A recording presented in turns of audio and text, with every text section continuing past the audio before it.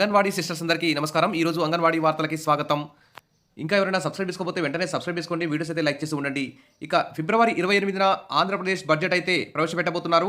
మరి బడ్జెట్ ముందు అంగన్వాడీ టీచర్లు మరియు ఇతర స్కీమ్ వర్కర్లకు సంబంధించిన ఇతర సమస్యలను కూడా పరిష్కరించాలని చెప్పేసి మరి అంగన్వాడీ యూనియన్లు, ఇతర స్కీమ్ వర్కర్లకు సంబంధించిన యూనియన్లు, ఇతర ప్రజా పార్టీలు అందరూ అన్ని కూడా మరి ప్రభుత్వం మీద అయితే ఒత్తిడి తెస్తున్నాయి. ఇక 17 రోజులు అసెంబ్లీ కార్యక్రమాలు జరుగుతాయి. మార్చి 21 వరకు నిర్వహణ, బీఏసీలో నిర్ణయం అంటే ఇక్కడ న్యూస్ అయితే చూస్తున్నాం.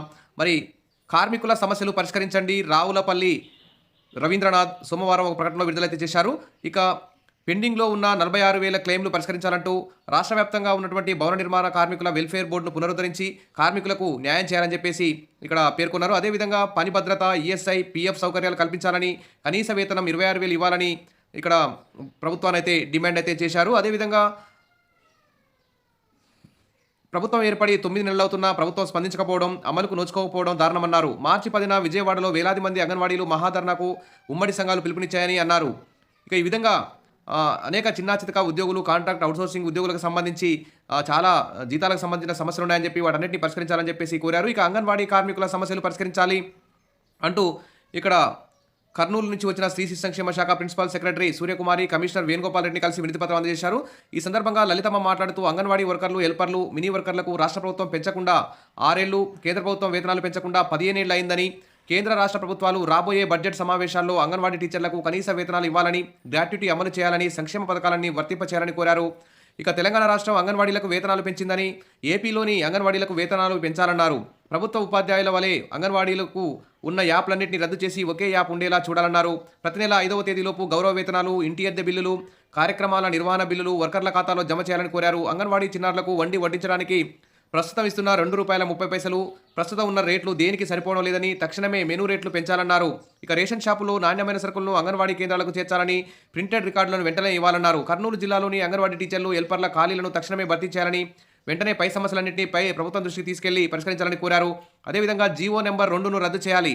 స్కీమ్ వర్కర్లకు కనీస వేతనం, గవర్నర్ ప్రసంగానికి ధన్యవాదాలు తెలిపే తీర్మానంపై పీడీఎఫ్ ఎమ్మెల్సీ ఐ వెంకటేశ్వరరావు ఇక్కడ ఒక హైలైట్ అయితే న్యూస్ చూస్తున్నాం.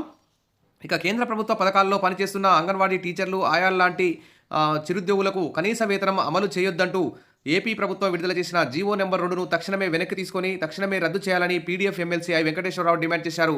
మరి గవర్నర్ ప్రసంగానికి ధన్యవాదాలు తెలిపే తీర్మానంపై శాసన మండలిలో మంగళవారం ఆయన మాట్లాడుతూ చిరుద్యోగులు, స్కీమ్ వర్కర్లు, అంగన్వాడీ కనీస వేతనం, హెచ్ఆర్ పాలసీల గురించి గవర్నర్ ప్రసంగంలో ప్రస్తావించలేదని అన్నారు.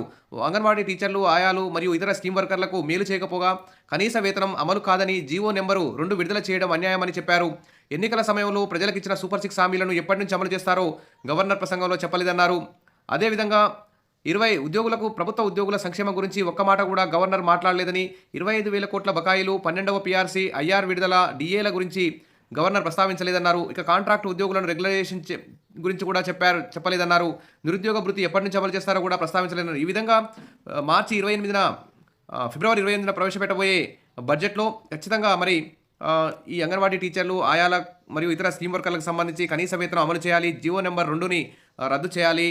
మరి 17 రోజులు జరిగే అసెంబ్లీ సమావేశాలలో మరి అంగన్వాడీ టీచర్ల, ఆయాల జీతాల పెంపుకు సంబంధించి కూడా కీలకమైన నిర్ణయం తీసుకోవాలి. అదేవిధంగా పెన్షన్, గ్రాట్యుటీ కూడా ఇస్తామని చెప్పి సూచనప్రాయంగా కేంద్రానికి కూడా లేఖ రాయడం జరిగింది. దానికి సంబంధించి కూడా ఒక క్లారిటీ ఈ 17 రోజులు జరిగే అసెంబ్లీ కార్యక్రమాల్లోనే కీలక నిర్ణయాలు ప్రకటించాలి అని చెప్పేసి అంగన్వాడీ యూనియన్లు, అంగన్వాడీ టీచర్లు, ఆయాలందరూ అయితే డిమాండ్ చేస్తున్నారు.